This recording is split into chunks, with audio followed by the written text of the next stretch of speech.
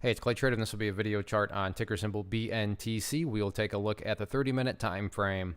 Real quick, what do I mean by 30-minute in case maybe you're new to charts?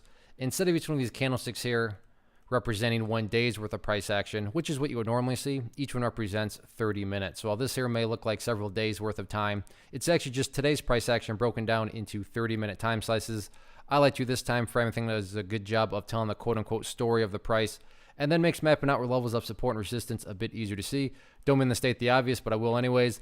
Pretty crazy day. The big gap up here, and then from there the price just made quite a bit of a move and then slightly pulled back the remainder of the day. Now there is perspective that goes into this. What do I mean by that? Well, if you are a day trader and you bought right there, or maybe you bought right there, maybe you bought right there, and you were hoping to sell within 12.2 seconds, then yeah, for you the chart's looking kind of rough. I mean, the price did pull back quite a bit. But if you care about the big picture of things, the grand scheme of everything, then the bulls are still in control, because the bulls, again, big picture perspective, still have an opportunity to build a higher base.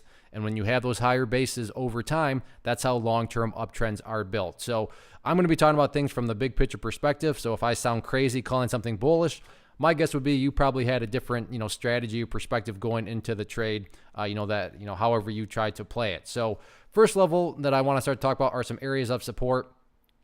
And to illustrate this, want to scrunch up the chart here a little bit just to give a little bit more context. I realize it's kind of hard to see, but this just goes to show that the price hasn't been up this high for quite a while. And that first level of support is right down here at the $3.50 mark. You can see in the past, this has been an area of resistance. And a foundational rule in charting is that when levels of resistance are broken, you want to see them act as support. Now, I'm not saying the price is headed down to $3.50, but let's just say it does. And, this will kind of hopefully just, justify me saying that, hey, yeah, the bulls are still in control even after the pullback. But let's say it does pull all the way back there, bounces around, and then heads back up. Even at that point in time, with quite a drastic pullback, you'd still have a set of lows right there. You'd have this set of lows right here. You'd have this set of lows right there. And if you picture each of those as stair steps, the stair steps would still be going in the upward direction. Again, I fully realize if you're a day trader and you bought somewhere around there, you could care less about these stair steps. But that's why I tried to disclose that, from a presentation standpoint, I am talking about big picture perspective. So $3.50, important level of support, going into tomorrow and the remainder of the week. With any sort of bounce, the level of resistance I'd keep an eye on is right there at about $4.50. That was acting as a level of support for a portion of the day, but then the price fell below it. So that just, translates into, the foundational rules in charting. When levels of support are broken, they tend to act as resistance. So all in all,